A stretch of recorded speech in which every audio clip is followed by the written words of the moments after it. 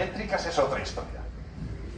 A mí, como me gustan todas, no puedo ser imparcial, ¿eh? Me gustan todas. Entonces, hombre, sí, habíamos probado los scooters eléctricos y tal, que va bien, y como vehículo urbano me parece una solución buena, siempre que no hagas más de 100 kilómetros al día y tengas un enchufe en tu garaje a mano y todo este tipo de cosas, ¿no?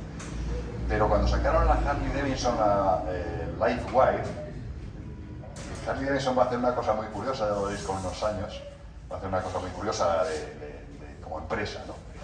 Dije, yo quiero probar esa moto, ¿no? A ver cómo funciona eso de verdad, porque es una moto de verdad, es una moto grande, con ruedas grandes.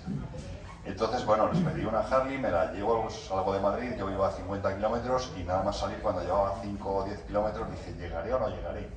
Es lo que te pasa con todos los vehículos eléctricos ahora mismo, que te subes y dices, ¿llegaré o no llegaré? Normalmente se llega, normalmente se llega, pero vas con esa angustia, ¿no? Porque aquello empieza a marcar que te quedan 200 kilómetros de autonomía y de repente te quedan 120 y de repente te quedan 60 y dices, bueno, pues entonces en 10 kilómetros esto se ha acabado, ¿no? Bueno, llegué, la puse a cargar y al día siguiente pues me fui a hacer, yo vivo en la sierra, entonces a hacer algunas carreteritas que conozco bien por la sierra, ¿no? Y aparte de la agonía esa de llegaré o no llegaré, volveré a casa o no, la moto iba perfecta, o sea, perfecta es ideal. O sea, para mí una moto eléctrica, igual que un coche eléctrico, como tal, es un vehículo fantástico. ¿Por qué? Porque siempre tienes el 100%. El 100% no hay que estar entre 5.000 y 8.000 vueltas o 15.000. No, no, no, no. Siempre desde cero tienes el 100% en el puño. Con par, en aceleración fantástica. No hace ruido.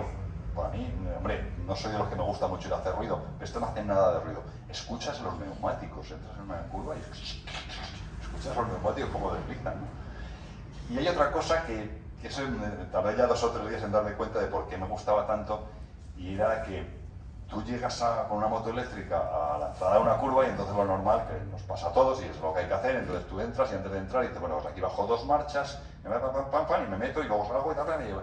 Pues con esto haces lo mismo, pero sin embrague y sin cambio. No hay nada, no hay ni maneta de embrague ni palanca de cambio. Entonces, todo ese tiempo que tu cerebro necesita para reducir, cambiar, embrague, cambio, no sé qué, no sé cuántos, eso como desaparece de tu cerebro, nada más que lo aplicas a conducir. Y entonces es una gozada.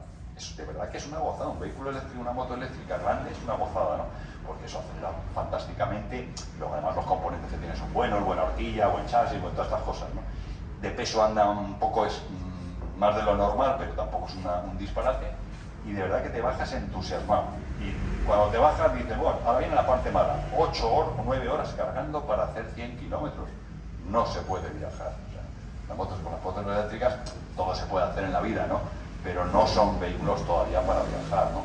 Y yo estoy seguro de que en el futuro pues serán motos eléctricas, porque no queda otra, los políticos se han empeñado, y ¿qué le vamos a hacer? Cuando se empeña esta gente en algo, lo hacen y nos obligan a todos. Y imaginaros una moto eléctrica que todo lo que es la carrocería fueran placas solares y que se cargara con el Esto sí sería un chollo. Ya no hay ni gasolineras, ni puntos de recarga, ni nada. Según vas andando se va cargando, lo dejas al sol, se sigue cargando. Esto sería esto. Yo espero que algún día llegue esto, porque sería magnífico, ¿no? Tener una moto que después ir a cualquier lado sin tener que poner ni combustible, ni recargar, ni nada, sería maravilloso, ¿no? Otra cosa es que se pueda hacer, que se podrá hacer, ¿no? Pero vamos, las motos eléctricas a mí me gustan todas, hasta los scooters, o sea, ya veis, estoy enfermo, una enfermedad. Sí, sí. Yo recomiendo probar, oye, las Zero son una moto utilitaria, y cuando te mueves con ella con la ciudad, o sea, te olvidas ya de ir con una moto y dices, pero ¿qué es esto de cambiar, de no sé qué, de todos esos ruidos? Es que fijaros la cantidad de elementos que tiene un motor de estos, ¿no? O sea, pero elementos, que un cigüeñal, unas bielas, unos pistones, válvulas, no sé qué, empujadores, o sea, miles de piezas moviéndose y haciendo ruidos y necesitando aceites y no sé qué. Y lo otro es un motocicleta eléctrico, que todos sabéis lo que es un motocicleta eléctrico, una bobina y ya no hay más. ¿Eso qué se puede romper? Nada. Porque es que no tiene nada. ¿Qué se va a romper en una cosa que no hay nada, no? Un motor eléctrico no se rompe. Y el rollo son las baterías, eso es una mierda integral, ¿no? Porque eso no está desarrollado y porque no puedes montar 80 kilómetros y 9 horas de carga. Imagínate que tienes que ir de aquí a Sevilla, pues vas a echar 2 meses, ¿no? En hacer el viaje. Pero quitando el tema ese, si eso no fuera así, el vehículo eléctrico a mí me parece una buena solución. Una buena solución. ¿Has tenido apoyo por parte de BMW en el libro o en Ifunizon? En el libro se lo dije desde el principio a BMW España, me dijeron que muy bien, y bueno, pues muy bien. Les pedí que si querían hacer el prólogo, me dijeron en principio que sí, después me dijeron que no, que lo tienen prohibido. ¿Puedo utilizar el logo? No, que lo tengo prohibido. Bueno, pues entonces nada, apoyo nada. A ver, el apoyo máximo que he recibido fue el archivo histórico de Alemania, a base de intercambio de fotografías, y que bueno, los alemanes se enrollaron y me dieron, me parece que 800 euros IVA incluido. Ese es todo el apoyo que ha habido. Ni un teléfono, ni un contacto, nada de nada, nada, nada. ¿Y después de editar el libro, no está interesado BMW? No, nada. Yo sigo siendo muy amigo de todos, pues yo soy amigo de todo el mundo, ¿no? El Pero no. está muy bien, comparado con el de Ian Fallon, que es el referente, Sí. claro, ahí comparación. Dice Joan que el libro que está muy bien, que comparado con el de Ian Fallon. Ian Fallon es un británico que es el que ha hecho los libros, yo creo que ha hecho uno, es el de todos los modelos, todas las motos de BMW. Es el que te digo que es todas las motos de BMW, pero no está en ningún scooter, no existen. Porque para los británicos los scooters son scooters, no son motos, con lo cual no existen en el libro, cosa que me llama mucho la atención, ¿no? No, yo cuando... Y es un libro fantástico. Y también de Miraldi. Por la nieve de No hay. Y Ian Fallon, para mí, cometió el error de, por ahorrarse no sé cuánto, no sé ni me importa, creo que fue así, lo mandó a imprimir a China, y el problema es que, por el motivo que sea, supongo, conociendo un poco a los chinos, supongo cuál sería, pero que no lo sé, y por lo tanto no lo tengo que decir, una semana después o 10 días después, antes de incluso de que saliera el libro editado en papel, lo podías recibir el PDF en tu teléfono gratis. Yo creo que lo tenemos muchos, ¿no? Esto te pasa por ir a hacer las cosas a China. Que es verdad que es mucho más barato, que la calidad puede ser igual, pero te pueden pasar cosas así, ¿no? Los chinos se cabrean, pues ahora te jodes y te hago esto. ¿Y qué haces? ¿Reclamas al gobierno chino? Entonces el libro, por eso el mío dice, en España todo con sus IVA, sus IRPF, toda esta movida, su depósito legal y todas esas cosas hay que hacerlas, ¿no? Sí. Oye. Joan, gracias por tu pregunta, más. Bueno, ¿tienes algún viaje a un destino nuevo? Sí. En este tipo de Quiero ir, me parece que lo he comentado antes, quiero ir a Perú.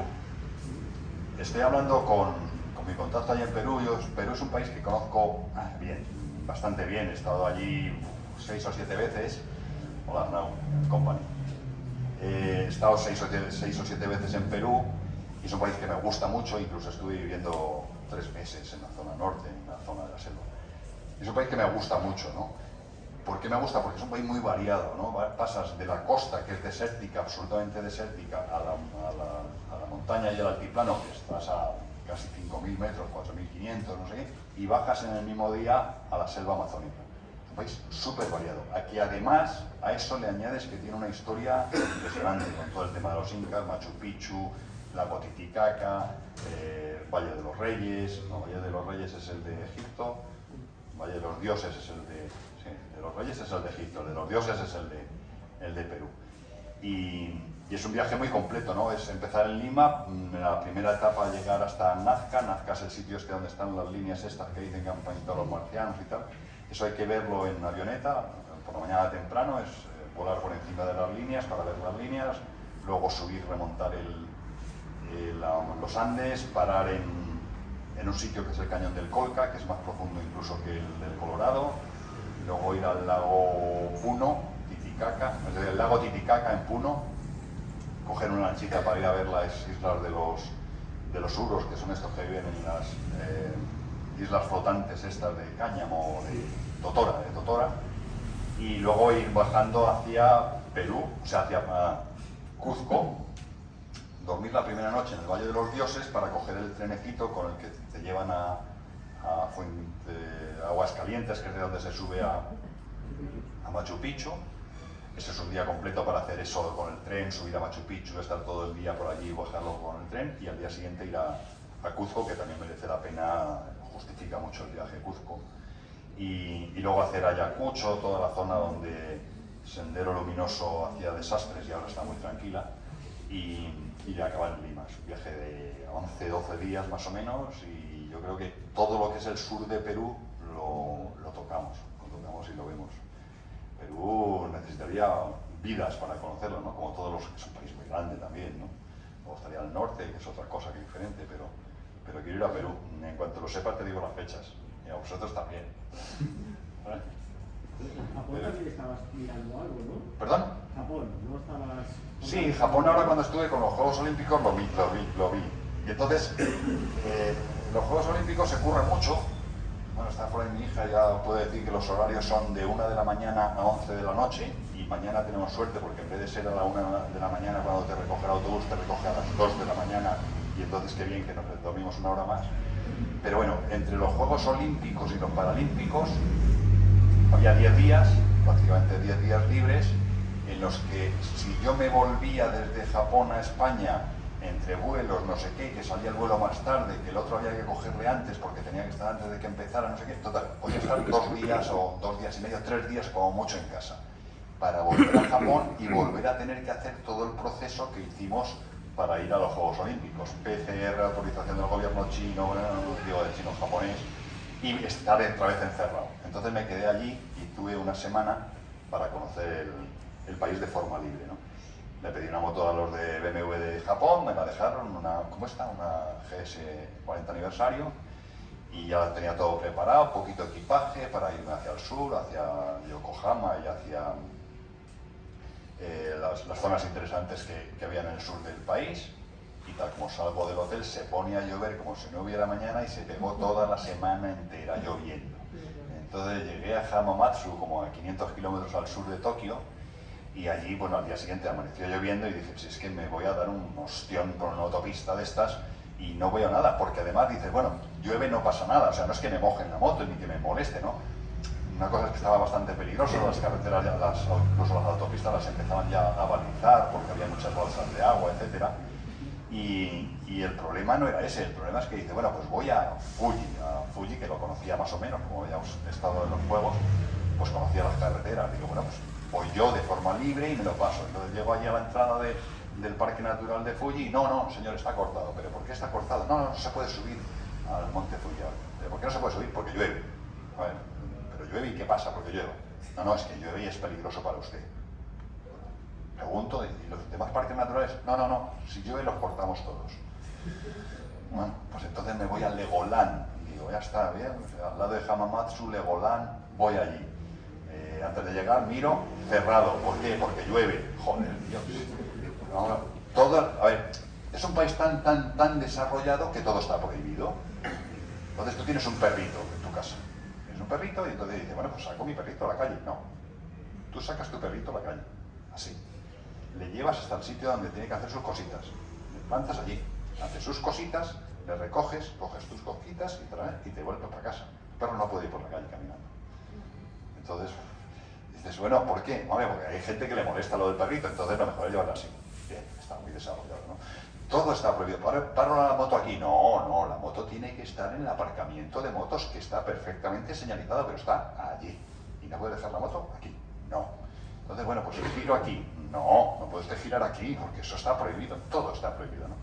Y luego, aparte de eso, podría ser un país interesante porque tiene muchas montañas, tiene bastante montaña, pero toda la montaña no es como en Europa o como en América, que la montaña se ha poblado de gente, de poblaciones, de pueblos, y entonces han tenido que, lógicamente, hacer caminos y después carreteras para llegar a esos sitios.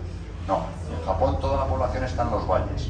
Y entonces, ¿qué es lo que pasa? Que son 150 millones o 140 millones de personas para un país que es las 3/4 partes del tamaño de España, o sea, 3 veces más población para un tercio menor de tamaño, y además le tienes que quitar la montaña total. Que ir por Japón es ir semáforo durante cientos y cientos de kilómetros. Opción, lógicamente, ir por la autopista, por supuesto de peaje con una tarjetita, no hay cabina ni nada de esto, no, está todo controlado. Una tarjetita en la moto y según van pasando te van cobrando, ¿no? Entonces no lo veo yo un país adecuado, o por lo menos para nuestra mentalidad, ¿no? Hay gente para todo y habrá zonas evidentemente muy espectaculares, ¿no? pero es un país caro además, es un país bastante caro. Los hoteles que puedes conseguir, por mucho que pagues, son pues la camita, hombre, tampoco son féretros, ¿no?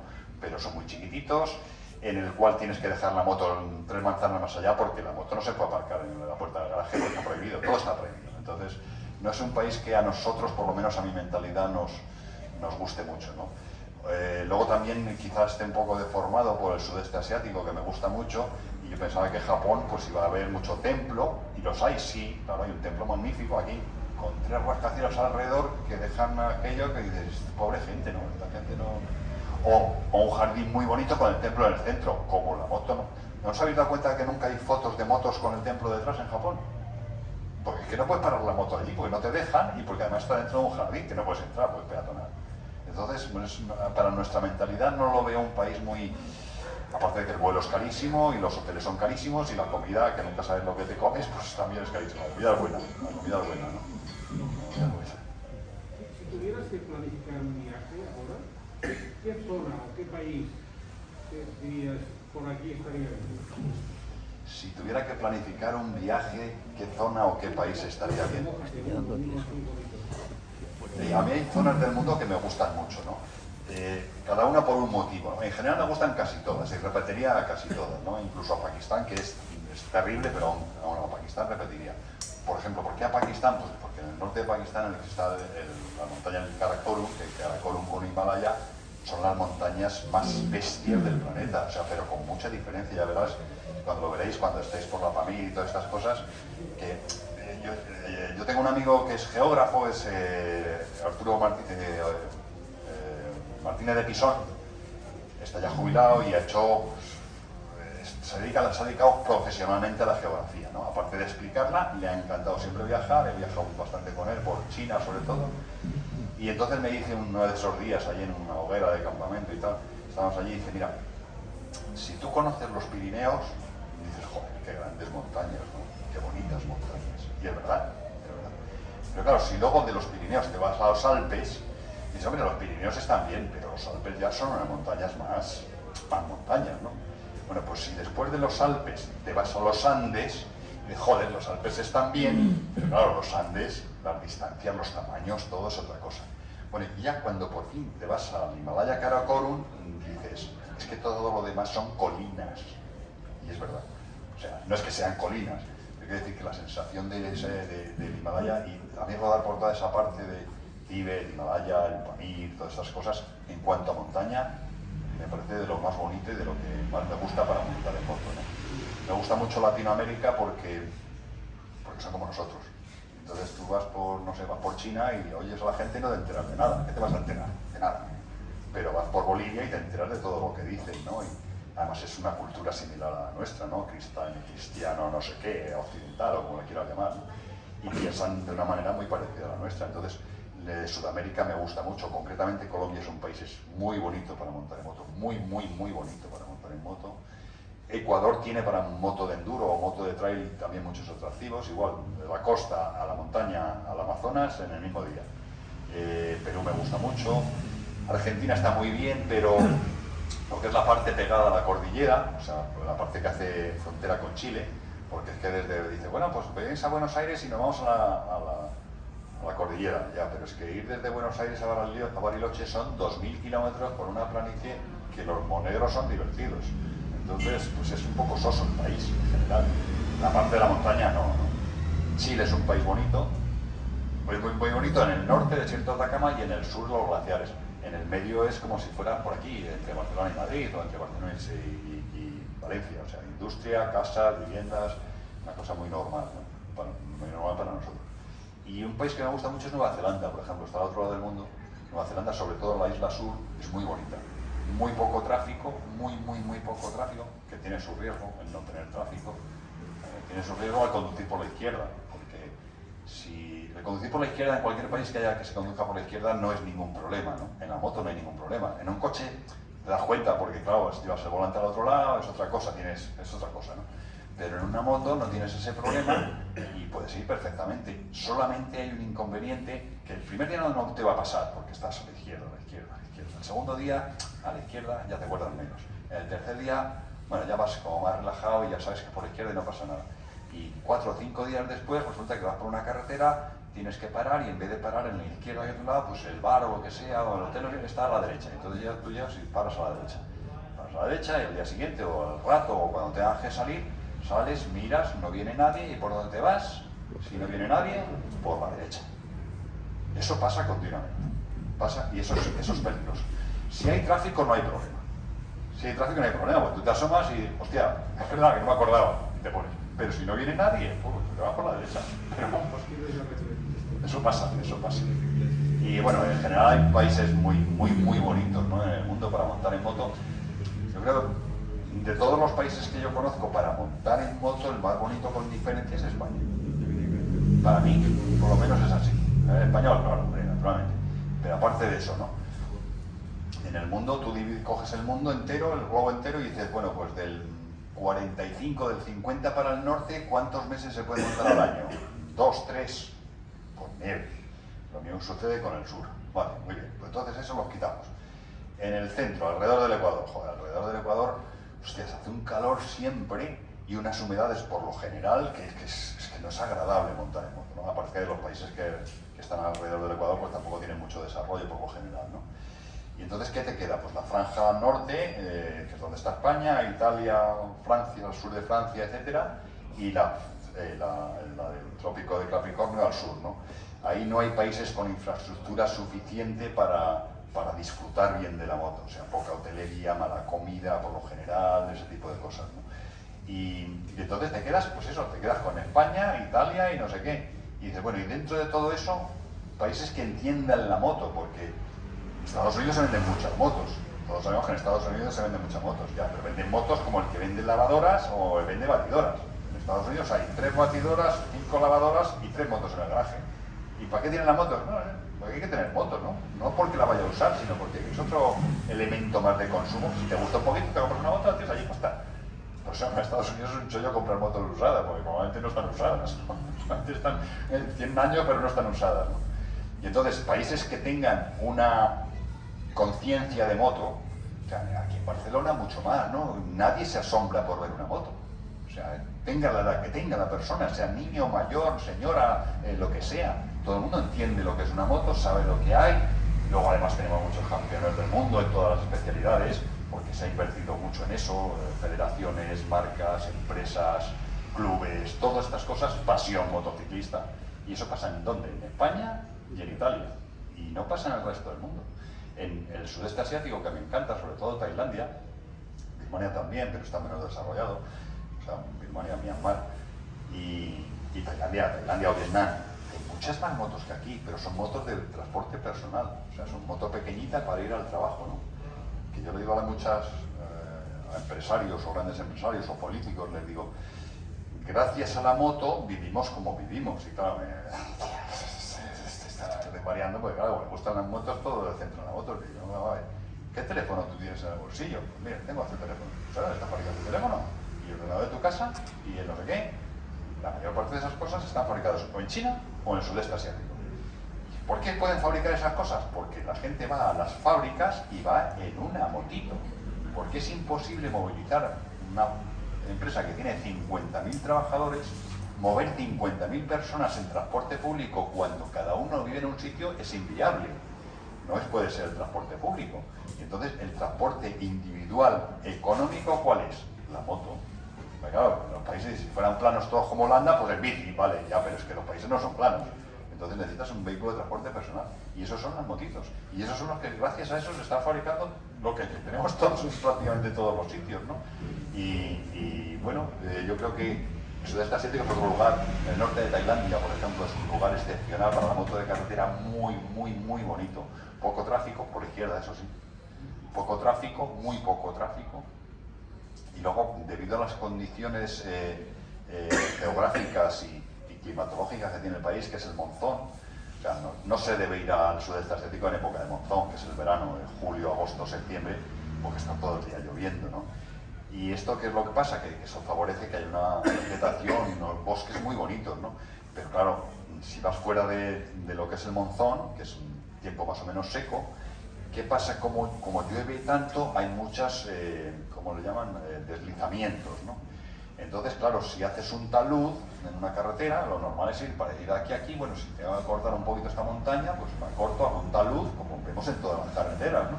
Y ya está, y hago una recta. Ya, pero si llueve todos los años, ¿qué pasa? Que ese talud continuamente se está desmoronando y tapando la carretera. Entonces estos han tomado la solución de decir, no señor, eso no lo tiramos, eso le damos la vuelta. Con lo cual las carreteras son como una cuerda en un bolsillo, o sea, así continuamente. No hay grandes puertos de montaña, o sea, no subes a más de 1000 metros. Me parece que la montaña más alta tiene 1500 metros el pico. O sea, son bajitas, pero hay muchas. Y entonces, y como además tienen que ir sorteando todo tipo de estas, no lo pasamos, fenomenal. Buen asfalto, muy buen asfalto, un tráfico respetuoso, tan respetuoso que no hay de estos badenes o policías muertos o como le queramos llamar, o ¿cómo se llama? Bandas sonoras o como se quieran llamar estas. No hay ni uno en todo el país. Porque la gente respeta, cuando va por un pueblo va despacito. No hace falta que le pongas un radar y un cacharro de estos para romper los muelles o rompemuelles, como dicen en México. Porque son gente muy, no sé, como muy humana. El país de la sonrisa le llaman, ¿no? Y es verdad, ¿no? Y es verdad. Otra cosa es el rey que tienen ahora. Al anterior le adoraban, era Dios, pero Dios de verdad, ¿eh? O sea, un tipo que en todo el país era súper adorado. Y el hijo se presentó al funeral de su padre y camiseta de tirantes llena de tatuajes. O sea, eso fue la entrada en el país. Porque es un tipo que vivía en Europa hasta que murió el padre. Vivía de juerga en Europa entre Suiza, París, un juerguista, ¿no? Y no puedes hablar nada del rey, pues está prohibido, ¿no? Pero es un país que eso es un tema político que al turista no le importa y que es muy bonito, muy bonito el país. Vamos, que a cualquier sitio le encuentro yo alguna cosa. El desierto, ¿no? ¿Qué tiene el desierto que nos engancha tanto? Pues no, que nos engancha, ¿no? ¿Qué tiene? Tiene tirón. No has comentado nada de Sudáfrica o de la parte sur de África. Del sur de África yo conozco poco, solamente un poco Sudáfrica. Y entre Sudáfrica y Kenia, hombre, hay una zona muy bonita que es el delta del Okavango, ¿no? Lo que pasa es que no vale para la moto, ¿no? Pero entre Sudáfrica y Kenia, para el tema de fauna, yo me quedo con Kenia. Por el motivo de que en Sudáfrica, al estar más desarrollado, está todo más prohibido. Entonces no se puede entrar con las motos en los parques naturales. O sea, no hay manera, está prohibido y está prohibido. Y sin embargo en Kenia todavía sí. A ver, teóricamente está prohibido, lo que pasa es que entras. Si el hotel está dentro, pues entras y ya está. Y si te para el ranger, pues vas a tal sitio y el coche que lleva la reserva que te lo enseñe, tío. Pero Sudáfrica es más desarrollado y entonces eso supone más restricciones. Y eso es lo que no me mola, sobre todo cuando estás en un país así salvaje, ¿no? A mí me gusta más Kenia, Tanzania también, quizás un poco más burocrático, pero Tanzania también, todo el norte de Tanzania es muy bonito. Arusha, el Serengeti. En el Serengeti es más complicado entrar en moto, pero se puede también se puede. Y lo de los animales, siempre se pregunta, ¿y los leones? Pues los leones no hacen nada las motos, ¿no? Nunca. No se conoce ningún caso en el que un león haya atacado a un motorista, no se conoce. No quiero decir que no haya pasado, es decir que no se conoce, y si no se conoce es porque seguramente no habrá pasado, ¿verdad? O se la han comido. O se la han comido y no ha dicho nada, ¿no? Se han comido hasta la moto, no ha habido rastros, ¿no? Los No, pero elefantes. tiene su lógica, por lo menos a mí lo que me ha pasado es que seguro que los leones nos han visto a nosotros muchas más veces que lo que nosotros hemos visto a los leones, eso seguro, ¿no?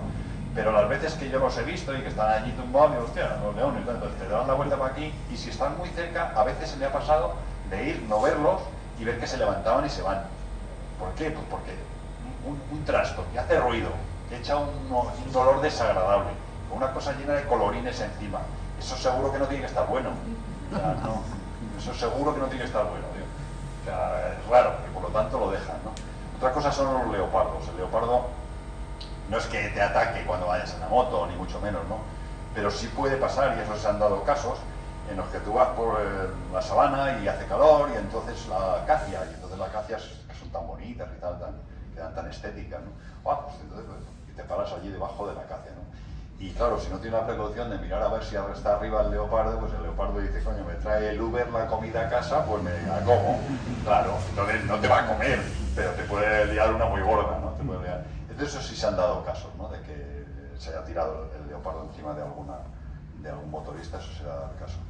Y el resto de los animales, nada, los elefantes los ves con suficiente antelación, no te acerques mucho y ya está. Las jirafas son muy tranquilas por lo general. He notado este año, pues estuve en octubre, y he notado que como el año anterior no había habido nada de turismo porque cerraron el país, los animales se asustaban más. Antes estaban más acostumbrados, sobre todo a los coches de turistas, y entonces pues estaban más cerca de ellos. Ahora los animales no se dejaban tan cerca, enseguida se asustaban más. En un solo año también he visto que había más. No sé si tiene que ver con la migración, que quizás más que sí, o que haya llovido más, pero es de esas... El rodar entre fauna salvaje para mí es una de las cosas más bonitas que se puede hacer en el mundo. Y fauna salvaje, como entendemos nosotros, es África, y es África Oriental, básicamente. Porque es que toda la África Occidental, no sé, Pau que lo conoce mucho mejor, allí se han cargado prácticamente todo, ¿no? Ver un elefante en Burkina Faso tal es muy complicado ya, ¿no? Pero hay, sí, pero ya... Y además hay otra cosa. El problema que tiene Kenia, bueno, Kenia, Sudáfrica quizá algo menos, pero Kenia y Tanzania tienen un gran problema futuro con la fauna, y es que va a ir desapareciendo lentamente, pero va a ir desapareciendo. Y el problema es la población. Porque antes, bueno, pues las familias pues tenían 8 hijos y se morían 7. Es que ahora tienen 8 hijos y viven los 8. Afortunadamente, ¿no? Por las medicinas, por todo este tipo de cosas. Y claro, 8 bocas son más terreno que hay que necesitar para plantar tomates o lo que quieras necesites para comer. Y vas multiplicando. Kenia, me parece que casi el 60% es menor de 16 años de la población. Eso quiere decir que vas a seguir explotando la población a unos niveles bestiales, ¿no? Y claro, cada vez necesitan más terreno de cultivo, y entonces los parques los van rodeando, los que son los parques nacionales, que son terreno abierto, lo van rodeando de cultivos, y claro, cuando salen los animales, el tomate y me cargo a la cebra, me cargo a quien sea. Y como está fuera del parque natural, pues ¿qué vamos a hacer? Y eso va a acabar rodeando todos los parques naturales, los animales van a tener que dejar de migrar y vamos a tener un zoo abierto, pero un zoo, no es lo que va a quedar.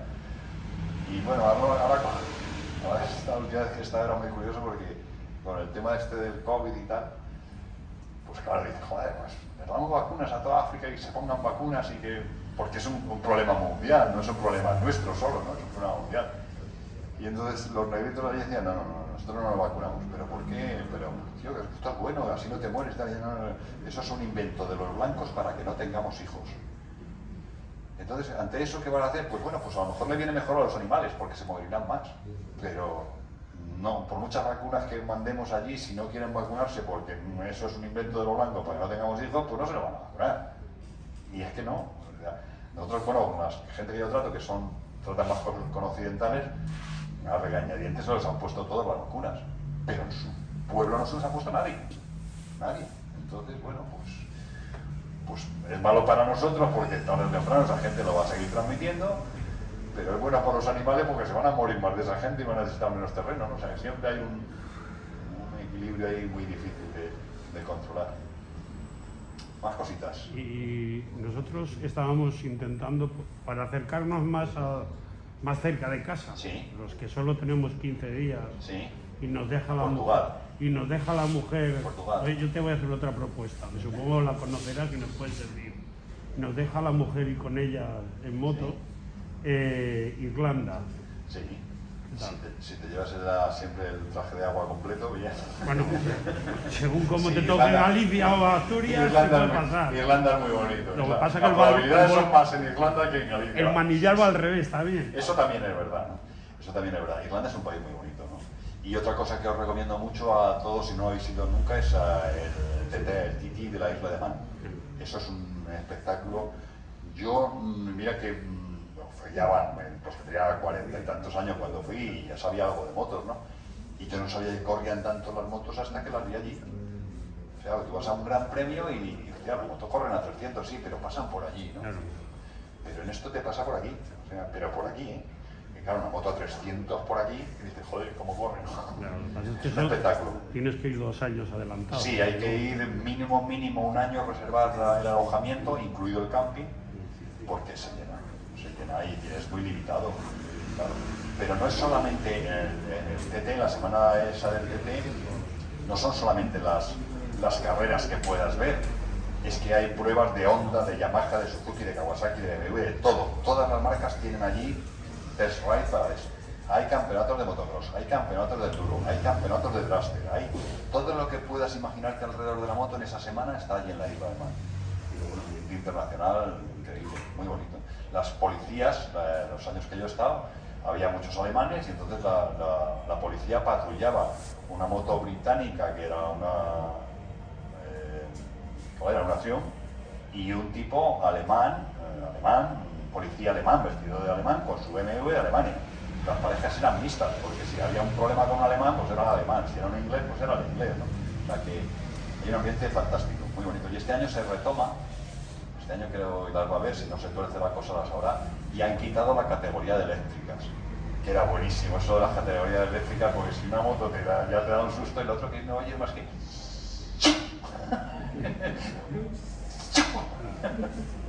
Una cosa muy curiosa. Las han quitado porque, pues no sé, hay muchas categorías, hay clásicas, hay 125, 250, 350, 450, senior, junior, no sé cuántas cosas. Están toda la mañana echando carreras. Y luego está el Mad Sunday, que es el domingo loco, que te dejan hacer el circuito entero y cuando haces dices, bueno, esta gente de verdad, ¿cómo puede hacer esto y sacar media de 210? Están ya, media de 210 por hora.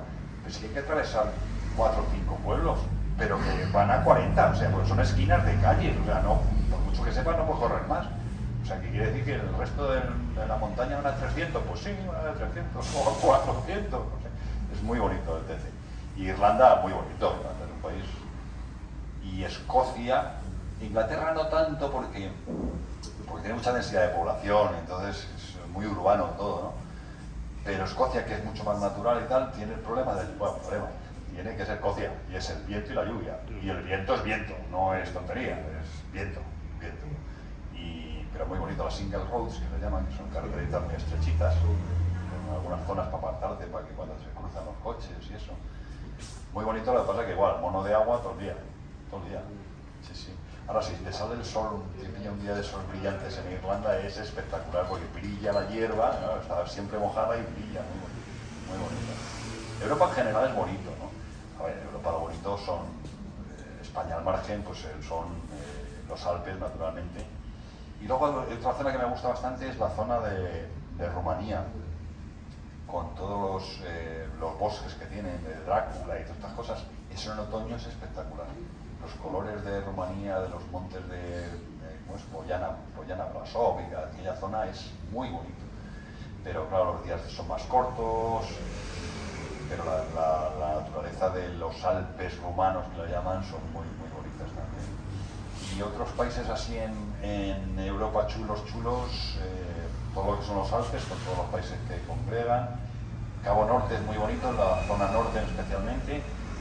Como buen país desarrollado todo está prohibido, ya sabéis, ¿verdad? Pone 40 y tira 40 o a 39, si te pillan a 45, 600 euros, cosas de ese tipo, ¿no? Pero el paisaje de Noruega, a nivel de cascadas, glaciares, este tipo de cosas, es más bonito, para mí es más bonito de Europa. En ese sentido, ¿no? Mar, montaña, catarata, fiordo. Ahora ya los fiordos se atraviesan todos, casi todos, por túneles, ¿no?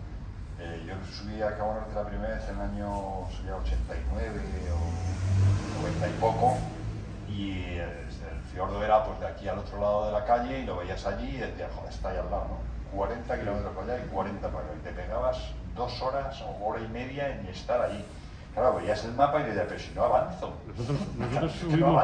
Nosotros subimos en el 91 con un samurái. Ajá, y era eso. Y era eso. Rodear. Enfrente rodear. y Sí, una hora, 2 horas y tal. Sí. Y todo ferry. Ferries. Ahora que ya hace mucho tiempo que no subo y está el túnel que va incluso a la isla, ya hay túnel y todo. O sea, bueno, la evolución, ¿no? La evolución. Es muy bonito, a mí me gusta Noruega. Menos Suecia y menos Finlandia, por ese orden. Porque cuanto menos montaña, menos me gusta. ¿Y por qué? Porque las curvas están en las montañas, en los llanos no hay curvas. Y Finlandia es bastante plano, ¿no? Es bosque, lago, lago. Y te despiertas un día y parece que no ha avanzado. Estoy donde ayer, pues he estado igual. Claro. Y Suecia, sí, Suecia, la parte de la montaña es más bonita y tal. Yo recomiendo para hacer Cabo Norte o subir. Yo recomiendo subir. por Noruega, lentamente, y luego bajar, que siempre que bajas es cuando tienes, cuando regresas, cuando tienes más prisa y cuando quieres que te cunda más, bajar Suecia o bajar Finlandia, que es lo más rápido, y luego coger un ferry en Turku a Estocolmo y seguir bajando. Yo recuerdo cuando subí, la primera vez que subí, bajamos por la Alemania democrática. Fíjate, qué nombre, Alemania democrática, cómo sonaba aquello, ¿no? Y subimos por la Alemania normal, la Alemania occidental, y bajamos por la, o sea, por la oriental, y bajamos por la, así, occidental, la Alemania federal, y bajamos por la República Democrática de Alemania. Y fue un dolor de cabeza hasta que nos metieron en la cárcel, claro, como tenía que ser. Por hacer una foto a una bote y un martillo, que era lo único que encontramos que era merecedor de hacer una foto, pues era un cuartel lo que había detrás y a cuartelillo. Bueno, pues a cantarle, a ponerles allí hoces y martillos y decir, nosotros, comunistas de toda la vida, vamos, más que tú, pero vamos, mucho más. Y bueno, estuvieron, pedían el carrete de fotos, al final conseguimos librar hasta el carrete de fotos. Y fue bueno porque al final ya cuando apareció el que mandaba allí en el cuartel, que tardó en aparecer bastante tiempo, pues nos devuelve los pasaportes y nos dice, la frontera está a 20 kilómetros, el tipo aquel hablaba inglés afortunadamente, la frontera está a 20 kilómetros, en una hora quiero que estén allí. Y le digo yo, trae el pasaporte. En 10 minutos, tío, en 10 minutos. Y no tenía gran cosa, entonces era antes de la caída del muro de Berlín. No nos dejaban, estuvimos en Berlín en la parte oriental y no nos dejaban ni acercarnos al muro, o sea, no podíamos ni acercarnos al muro de aquella parte, ¿no? Luego cuando cayó el muro, ese verano, eso fue en noviembre, ¿no? Sí, el verano siguiente, con mi mujer dijimos, tenemos que ir a ver Berlín tiene que ser una fiesta con esta historia, ¿no? Porque como conocíamos la de una parte y conocíamos la de la otra, de diferentes viajes, y sabíamos el contraste tan grande que había, hay que ir a verlo, esto es un acontecimiento que hay que ir a verlo, ¿no? Y nos fuimos en una Honda Pan-European, que acababa de salir entonces, la Honda Pan-European, magnífica moto, y bueno, estuvimos allí en Berlín, y fue pues como cuando, yo qué sé, creo yo que es como cuando estás preso y te abren la puerta y te liberan, ¿no? Se notaba respirar una libertad que antes por lo menos a nosotros no la teníamos. Joder, éramos turistas y nos metieron en la cárcel por hacer una foto, pues no sé cómo estarían ellos, ¿no? Muy triste. Pero vamos, Alemania también tiene zonas, no tantas, pero tiene zonas bonitas. Sur, Baviera, claro, cerca de los Alpes. Italia Norte y Croacia es muy bonita. Croacia es muy bonita, sí. Croacia es muy bonita. Montenegro. Sí, en general. Yo creo que en general, para que un país sea bonito para montar en moto, tiene que tener montaña, que es donde están las curvas. Si tiene costa, mucho mejor, porque es más bonito, más estético. Y si tiene poco tráfico, ideal. Croacia es muy bonito, pero no se puede ir en verano, porque hay un tráfico pestoso, es que no avanzas, es que es un dolor de muelas, es que es atasco tras atasco, ¿no?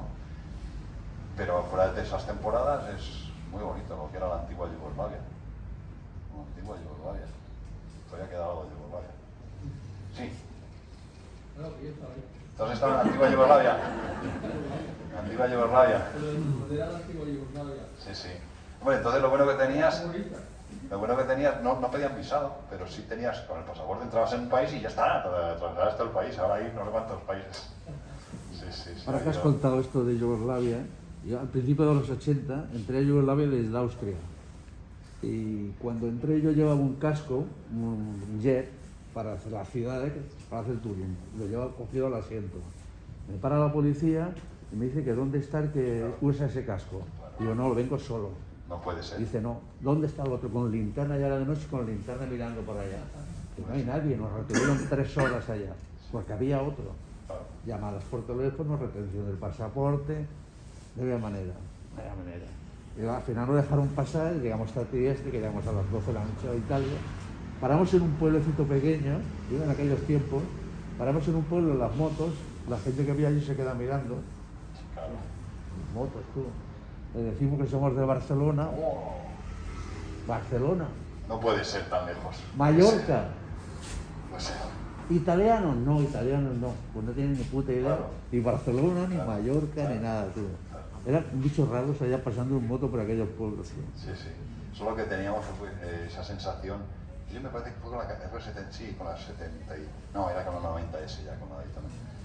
Esa sensación de decir, hostias, esta moto que entonces ya era una moto, no era una moto moderna, a ver, moderna, es una moto que tendría entonces ya sus buenos 10 años desde que había salido, pero es que en la Alemania Oriental eras el rey del mambo, porque claro, todo el mundo iba en un Zastava, que era un cacharrito de 2 tiempos en trasto, y claro, aquel extranjero que venía en aquel misil, debía ser la hostia, te miraban todos con una ilusión, ¿no? Y unas ganas. Aquí dices eso de la policía, una de las que tenemos nosotros con los, no como policías, con los militares, fue en Pakistán. En Pakistán, Sebastián Álvaro, que es buen amigo mío, Sebastián Álvaro es el creador del programa Al filo de lo imposible. Entonces siempre que podemos nos hacemos una escapadita, él es muy motero, y nos hacemos una escapadita a un país raro en moto. Y entonces se empeñó en ir a Pakistán a hacer la Karakorum Highway y subir al Fairi Meadows, que es uno de los sitios donde se ve el Sisapagma muy cerquita, que es la base, el campo base. Y entonces teníamos la opción de mandar motos desde aquí a aduana, costes, complicado, Pakistán, nada. Vamos allí y alquilamos algo, allí no hay más que motos chiquititas de estas de transporte personal, ¿no? Y entonces alquilamos, me parece, íbamos 4 en motos diferentes, pero todas eran Suzuki 175, con 3 marchas en el lado izquierdo, o sea, el cambio además al revés, era un follón. Pero bueno, eran motitos. Y nos lo pasamos muy bien y empezamos a remontar la Karakorum Highway. Y llegó un momento que se estaba haciendo de noche, y nos pararon los militares. ¿Y dónde van? Pues vamos a este hotel, no se puede pasar, pero si está ahí a 20 kilómetros, que no se puede pasar. Que sí, hombre, que sí, que tal, que no había manera, ¿no? Entonces ya consiguen, pues, llaman por la radio, viene otro coche de militares, son pick-up de esas en las que van 8 soldados armados hasta los dientes con sus ametralladoras, el tipo sentado arriba con otra ametralladora, no sé qué, nos ponen un coche delante, otro detrás, ya se había hecho de noche, y entonces el capitán o el que mandaba aquello dice, venga, que nos vamos a apagar las luces. Y le digo yo, pero si apagamos las luces no vemos. Y me dice el tipo muy serio, el tipo ahora, y me dice, mejor que no veamos nosotros a que nos vean. Y me quedé pensando y le digo, mira, no te voy a preguntar por qué es, porque ya me lo imagino, ¿no? ¿Qué pasa? Que disparan. Y dice, claro, disparan desde la montaña. Así que mejor apagamos luces, vamos. Y vamos viendo como los lagartos, vamos. Muy bonito, el norte de Pakistán es espectacular, lo que pasa es que es un país complicado, muy agresivos conduciendo, súper agresivos. La moto te la empuja el camión, pero empujar quiero decir que te mete el camión y te empieza a empujar la moto. Entonces, bueno, te quitas, ¿qué van a hacer? ¿Vas a discutir? Te quitas. Muy agresivos, son muy agresivos conduciendo. Es la ley del más fuerte, pero a la bestia es como la India, pero más salvaje, menos respeto todavía.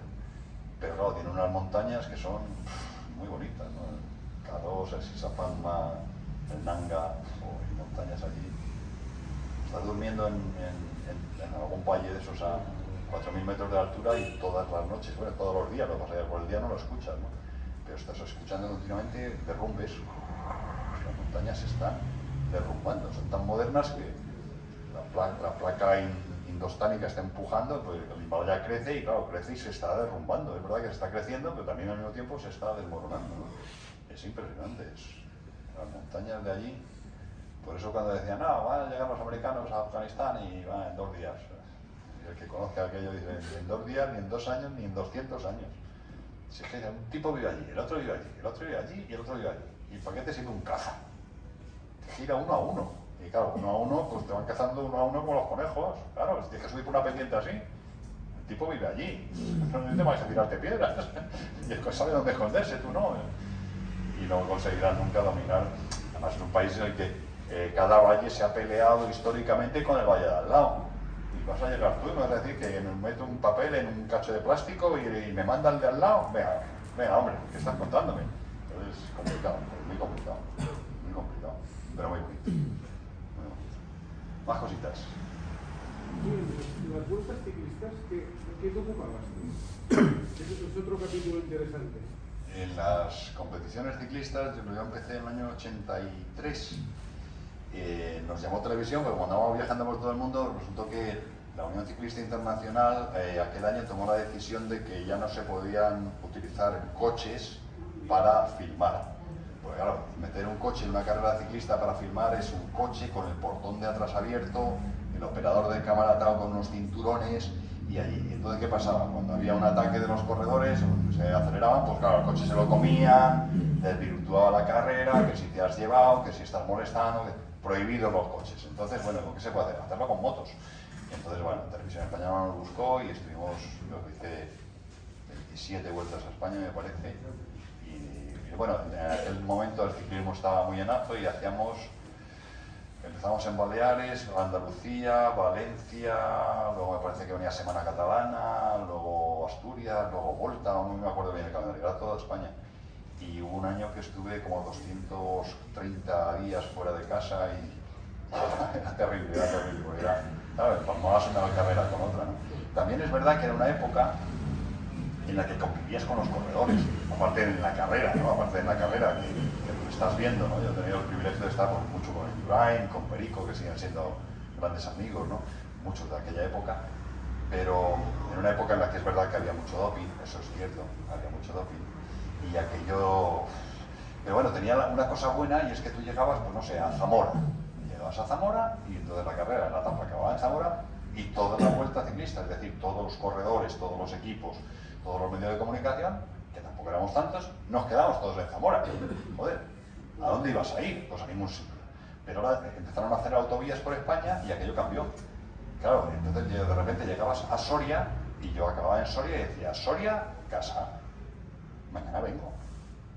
¿Por qué? Porque tardaban 2 horas en ir y 2 horas en venir, eso es razonable. Pero lo que no era razonable era llegar a Soria y meterte 5 horas de viaje hasta llegar a tu casa y otras 5 por la mañana. Pero con las autovías eso cambió mucho y entonces dejamos de tener ese contacto tan directo en los hoteles con los corredores, con los equipos, con todas estas cosas, ¿no? Y luego, después de hacer bastantes vueltas, ya en el 2000 empezamos a hacer Juegos Olímpicos en Sydney y luego ya, pues, uno detrás de otro, Sydney, Atenas, Pekín, desde Pekín que vino, Londres, ¿no? Y Tokio, creo que sí, así. Y los juegos son muy bonitos, los juegos. ¿Perdón? Pekín, Londres, Río y Tokio. Pekín, Londres, Río y Tokio, exactamente, sí. Los juegos son muy bonitos, los juegos es el mayor espectáculo del mundo, sobre todo a nivel audiovisual, ¿no? Porque son 64, me parece, o 68, no sé cuántas categorías hay ahora, campeonatos del mundo simultáneos. O sea, no es el Mundial de Fútbol que se celebra en Qatar. Muy bien, vale, pues esos son 5 estadios, cámaras fijas y ya está. O sea, no hay más que inventarse, que tampoco te puedes inventar mucho más. Bueno, sí puedes poner una cámara, un cable, un cable cam, pero poco más, una grúa detrás de la portería, pero ya está, y está en el mismo sitio. Pero los juegos hay el campeonato del mundo de natación, el de ciclismo, el de gimnasia, el de voleibol, el de fútbol, no sé qué. Entonces nosotros nos encargamos de todos los deportes outdoor, que son ciclismo, maratón, marchas atléticas y triatlón. Pero claro, cada una como mínimo es doble, hombres y mujeres. Algunas tienen tres carreras, las marchas son de 20 hombres, 20 mujeres y 50 hombres, son 3. El triatlón, este año ya hubo hombres, mujeres y mixtos, había una carrera de relevos de mixtos. Entonces, bueno, eso es muy ameno, ¿no? ¿Perdón? Luego paralímpicos. Y luego paralímpicos, sí, los paralímpicos son mucho más emocionantes, pero mucho más emocionantes que los olímpicos. Mucho más emocionantes. Porque cualquiera de los que ha llegado allí es una persona que tiene una cabeza, sobre todo, excepcional. Él llegaba el último, o la última media hora después que el primero, y era como si hubiera ganado el Mundial del Universo. Era una alegría y una satisfacción. Y claro, tú estás allí y te miras y dices, yo estoy preocupado por una tontería y este señor que no tiene ni piernas está tan feliz. O sea, muy emocionantes. En Fuji fue el circuito de Fuji, el circuito internacional de velocidad, fue donde se hicieron todas las competiciones de ciclismo de los paralímpicos y fue justo la semana esa que yo acababa de dejar la moto, había devuelto la moto porque no paraba de llover y esa semana siguiente, que era el ciclismo, seguía lloviendo y lloviendo y lloviendo y lloviendo. Y me acuerdo que me dice... Nosotros teníamos el equipo en Fuji, pero la realización se hacía en Tokio y la central de sonido estaba en Tokio, era bastante complejo porque se hacía en remoto, que se dice, y entonces me dicen, no, no te preocupes, que seguro que se suspende y se aplaza. Y entonces le digo, vale, esto depende de la UCI, la Unión Ciclista Internacional. Y la Unión Ciclista Internacional, cuando le dices vamos a suspender esto, siempre te dice lo mismo, parece que se lo tienen aprendido. Yo creo que se lo enseñan así, dice, estos no son deportistas, estos son ciclistas, que es muy diferente. Y los ves dando pedales ahora, ¿no? Cayendo una tromba de agua de medio metro de agua que había y daba igual, allí no se corrió exactamente igual, exactamente igual. Y claro, gente pues válida de alguna manera, ¿no? Sí, claro, hubo varias heridas, sí, sí, sí. Era complicado, era un circuito, sí, sí, pero vamos, muy emocionante, muy emocionante el triatlón, cuando tienen que sacarlos del agua, sentarlos, hostias. Te miras y dices, ¿qué me quejo? Pero ¿qué me quejo? Me estoy quejando si tengo todo en la vida, ¿no? Es bonito seguir. El trabajo de las motos es fundamental para hacer estas cosas, porque claro, para el realizador de televisión, en los juegos, por ejemplo, es un solo equipo, éramos 6 motos, y esas 6 motos son las que dan cobertura a todas las televisiones, porque si no, los americanos queremos nuestra moto, los franceses queremos nuestra moto, los ingleses queremos nuestra moto, entonces aquello no puedes tener 100 motos y 5 corredores. Entonces la televisión olímpica es la que se encarga de seleccionar, igual que hacen con los deportistas, pues hacen con los medios de comunicación. Entonces para esto seleccionan a las personas que lo tienen que hacer y tienen su equipo y sus cosas y son los que dan la señal, venden la señal a todo el mundo, ¿no? Si os habéis dado cuenta, los juegos estéticamente son muy bonitos. Y tú ves un partido de fútbol de los Juegos Olímpicos y ves un partido de fútbol del Mundial y dices, joder, ¿y por qué este me gusta más? Porque no tiene publicidad. O sea, las vallas, si las ves, no tienen publicidad en los Juegos Olímpicos. Pues está prohibida. Entonces, dices, bueno, está muy bien. ¿Y todo esto quién lo paga? Pues precisamente lo paga la televisión. Porque tú eres Italia y yo quiero... ¿Usted qué quiere? Pues yo quiero la gimnasia, el fútbol, el béisbol, el no sé qué. Bueno, por la gimnasia tanto, por el fútbol tanto. Y si no lo pagan, no tienes las imágenes. Con lo cual es de ahí de donde se nutre el Comité Olímpico, todo el movimiento olímpico se nutre de la televisión. Y encima no hay publicidad. Por eso queda tan bonito. Tan bonito, muy bonito, porque, joder, no sé por qué, pero lo veo más bonito. Porque no hay nada que te distraiga, Coca-Cola, Visa, no hay nada de eso. No hay nada de eso. ¿Motos las llevasteis de Europa? Sí, las motos en principio íbamos a llevar las que se utilizan en el Tour de Francia, porque el equipo técnico, como ya te digo, que como hacen una selección, la televisión olímpica hace una selección. Dice, no sé, ¿quiénes son los mejores del mundo haciendo gimnasia? Pues son los romanos. Los romanos hacen muy buenas retransmisiones de gimnasia, pues los romanos hacen la gimnasia. ¿Y el béisbol quién lo hace bien? Pues los norteamericanos. Y el ciclismo y las cosas outdoor, pues los franceses y los españoles y los italianos menos, pero bueno, franceses y españoles. Entonces los franceses pusieron el equipo técnico que íbamos a llevar las motos que utilizan normalmente en el Tour, que son RTs, son 1200, 1250 RTs. Pero el Tour acababa tal que este domingo y el domingo siguiente era la inauguración de los Juegos. No había tiempo material de mandarlas, importarlas, no sé qué, todas estas cosas. Entonces los franceses compraron las GS 1250, las Triple Black, y esas las mandaron un mes antes allí y allí se montaron. O sea, los equipos técnicos se montaron allí en Japón, también desde Francia, y luego llegamos nosotros, que esas cosas dan mucho gusto, llegar como de piloto oficial. ¿Y dónde está mi moto? Esa, ¿no? Para subirse, y eso le da un gusto, vamos, increíble. Eso es gustazo. ¿Perdón? Que me pareció ver las matrículas en televisión. Sí, francesas, son las motos francesas. Y se hicieron, aquellas motos las que han comprado nuevas, cuando empezamos nosotros a utilizarlas en los juegos, me parece que la mía tenían 850 kilómetros o algo así, o sea, hacerles unos kilómetros para hacer la primera revisión y ya está, ¿no?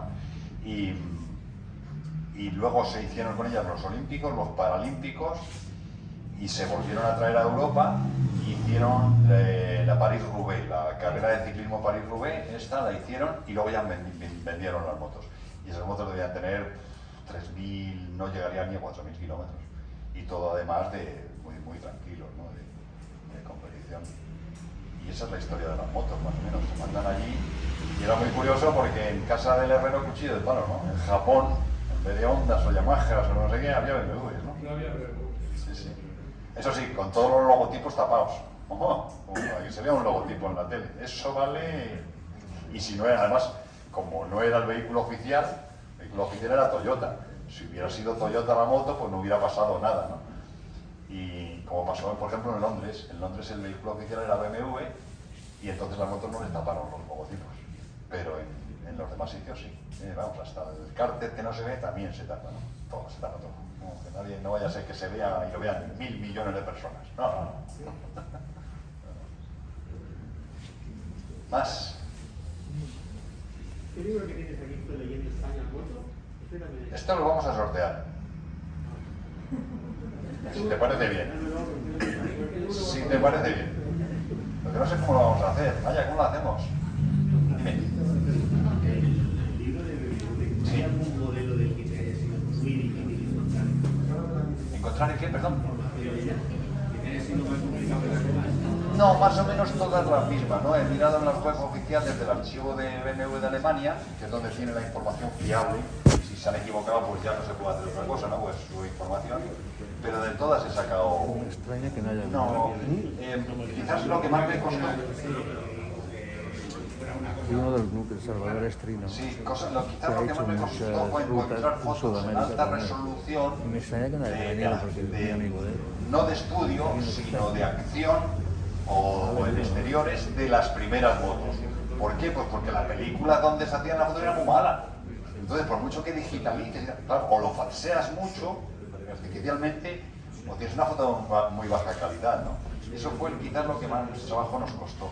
En las motos de 1930, que las fotos de acción en exteriores, o que no fueran de acción, que fuera la moto estática, era de muy baja resolución. Que claro, la puedes aumentar, la puedes forzar, pero ya queda como más falsa, ¿no? Y bueno, esa fue la parte más difícil, ¿no? Sí. Ya, os voy a contar una historia de la moto más curiosa. Me parece que vosotros la escuchasteis en San Sebastián cuando estuve.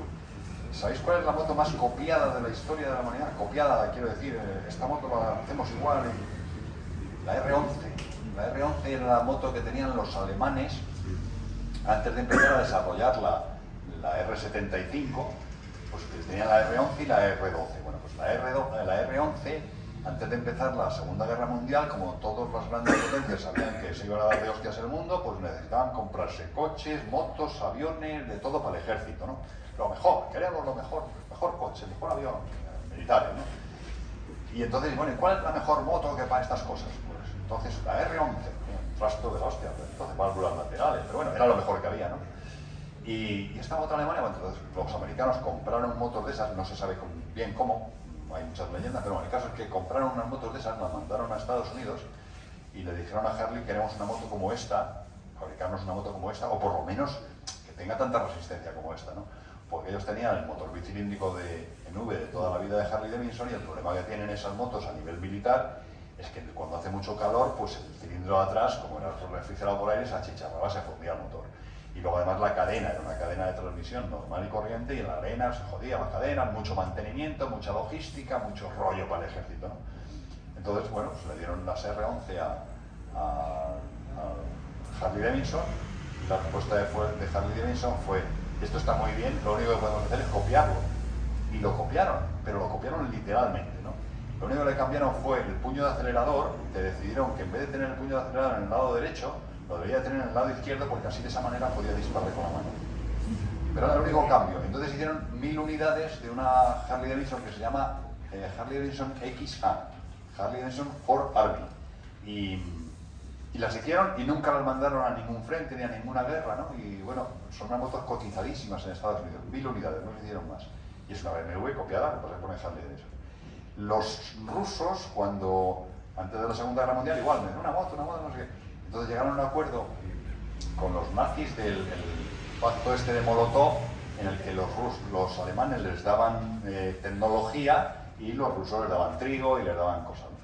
Y entonces, bueno, los alemanes les dieron a los rusos los planos y el utillaje para hacer la R11, y se pusieron a hacer la R11 en Moscú, que luego la pasaban más adentro a Siberia, y de ahí vienen las Dnieper y las Ural. Una historia larga, pero de ahí vienen las Dnieper y las Ural. Y por último los chinos les pasó lo mismo con los rusos. nosotros los chinos te damos no sé qué y tú a nosotros nos das tecnología. Y los rusos les dieron la tecnología de la R11, ya hablo de los años 50 por lo menos, o 60. Y los chinos se pusieron a copiar la R11, que le llaman Jingyan, y que hace 4 o 5 años, la última vez que estuve yo en China, todavía las veía por China. Ahora ya no son de uso privado, que las ha habido, pero pocas, pero eran sobre todo de uso militar. Y es una R11 de 1936, y dices, Dios mío de mi vida, ¿todavía se sigue fabricando esto? Pues sí. O sea, la han fabricado la misma moto los chinos, los rusos, los alemanes y los americanos. Y, joder, no más que falta que lo fabriquen los de Uganda. Dime. De todas las BMWs que has usado, porque he visto que ha salido en las fotos que estoy viendo allí, he visto unas cuantas. O sea, no te voy a preguntar si son tuyas, te las han regalado o lo que sea, pero en estos viajes, ¿cuál es la que te ha ido mejor o cuál es la que te ha gustado más? Yo he disfrutado mucho de la F800. Las F800 GS las he disfrutado mucho porque si vas a hacer campo, hombre, la F800 GS no es que sea una moto de enduro, pero desde luego es mucho más moto de enduro que una de estas, simplemente por peso y volumen. Si es que esto con un barrizal sufres como un perro y no avanzas, pero una 800 sufres como un perro pero avanzas. Esa es la diferencia. Las 800 he disfrutado mucho de ellas, mucho de las 800. Y las anteriores, las monocilíndricas, las G650, también mucho. ¿Y son fiables o te han fallado en algunas? Las primeras, no, las 800 las tuvimos mucho tiempo en China. Las comprábamos aquí, entonces no había importador en China, las podíamos importar a China. Bueno, importar quiere decir que tardábamos casi un año en importar las motos, pero las conseguíamos importar, las matriculábamos en China, ya no pueden salir aquellas motos de aquel país nunca, y las utilizábamos mucho para hacer la ruta de la seda, para ir al Tíbet, al campo base de Everest, a Shangri-La, todas estas cosas, y disfrutábamos mucho de aquellas motos, ¿verdad? Yo estuve en alguno de los viajes y era muy bueno porque con las motos, claro, en los barrizales, en los aguas, pasabas con dureza, pero los coches las pasaban fatal, fatal. Y no dieron, el único problema que dieron fue ningún problema eléctrico de ningún tipo, pero las motos se calentaban, en el Tíbet sobre todo, y se calentaban, y no sabíamos por qué, ¿no? Y todo funcionaba bien y no sabíamos por qué se calentaban, ¿no? Hasta que descubrimos que el rotor de la bomba de agua, como el agua en altitud hierve a más baja temperatura, pues enseguida se ponía a hervir el agua y entonces las burbujitas de agua con el agua se comían el plastiquito de la turbina, de tal manera que cuando tenían las motos 3 meses, la turbina sí funcionaba, pero no tenía laves y entonces no bombeaba agua. Y la moto se calentaba. Luego les cambiaron las bombas, las turbinas por otras más modernas con otra composición de plástico y aquel problema se acabó. Pero las primeras dieron muchos problemas con eso. Y en las vueltas al mundo, las GS 1200 de agua dieron muchos problemas en la segunda vuelta al mundo con el cardan trasero, porque se les ocurrió la feliz idea de decir, bueno, esto ya lo precintamos, no ponemos, ¿os acordáis que no tenía tapón de entrada ni de desagüe de aceite ni nada de nada? Y esto tiene que durar toda la vida como en un camión. Ya, pero el camión lleva 60 litros de aceite y esto lleva 150 centímetros cúbicos. Y cuando aprietas de verdad, mucho tiempo, sobre todo si empiezas a hacer campo con ello y no sé qué, pues claro, aquello se rompía. Y me llevaba yo los cardan, me los llevaba cuando venía a España, me los llevaba de equipaje de mano. Claro. ¿Te han preparado unos numeritos para el sorteo? Ah, muy bien, muy bien. Oye, si alguno queréis un libro de esos de 100 años, me lo decís y os lo dedico, ¿vale? ¿Y el sorteito lo hacemos ahora mismo? Pues venga. Bueno, ¿Todo el mundo tiene un número? ¿todos tenéis un numerito ya? ¿Sí? Bueno, yo no voy a sacar, yo no soy inocente. Yo soy inocente. A ver, voy a hacer como lo de la UEFA, ¿Has calentado alguno o no? A ver. ¿Este qué es? Ya empezamos. 9. 9. Por eso, 9. Pues mira, toma, un librito. Ha tocado. A ver cómo hago yo esto. La historia de este libro también tiene sus cosas, ¿no? Sí, claro. Ahora te lo digo cuando acabe. Ese libro también tiene sus historias. Este libro lo hizo Planeta con una editorial de aquí, de Barcelona, que no se llama Planeta, pero es del grupo Planeta. Y Y yo dije, bueno, la ruta de España está basada mucho en las 20 y tantos años que estuve escribiendo rutas en motociclismo. Pero yo digo, bueno, hay que darle un poco más, ¿no? Entonces, ¿qué un poco más? Pues que lo recomiende, que cada zona la recomiende a alguien conocido dentro del mundo de la moto de cada zona, ¿no? Y entonces, claro, hablé con muchos pilotos para cada uno de una zona, ¿no? Víctor Rontegui, Bautista, cada uno de una zona. Y hablo con Alex Cribillé, que sabía que era Montseny, ¿no?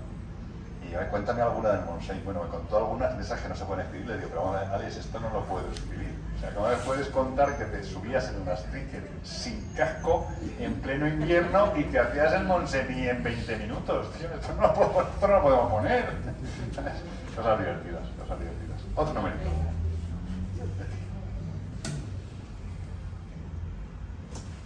El 11. 1-1. Uy, todo en la zona, ¿eh? Casi. Tengo el voto.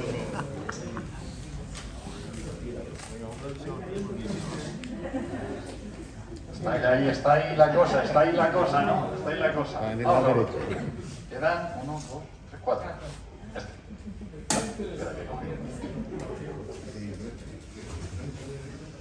20. ¡Uy!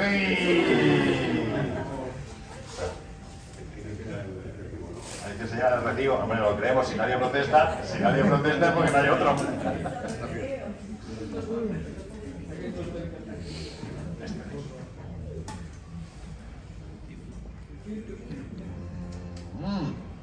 Bien. Esto lo compartimos. Mira, bravo, bravo.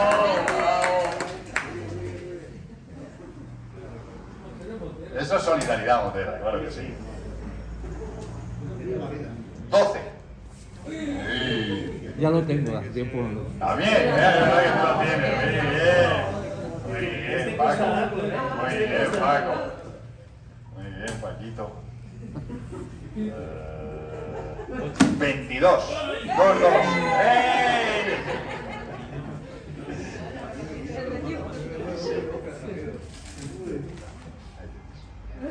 Luego cuando queréis los confirmo. Vamos a por los dos últimos. Número...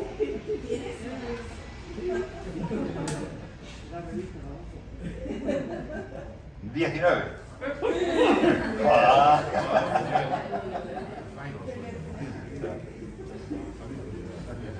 Y el último, a ver si vamos por allí, que no, allí no le ha tocado nunca nada. A ver. La estadística es curiosa. 8. Vienen 3 y se llevan los 3 amigos, los 3 con... A eso suerte. Además, sentados separados. Toma. Gracias.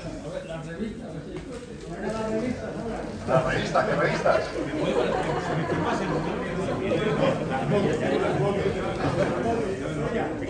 Bueno, se ha improvisado rápido, ¿eh? Sorteo. Muy bien.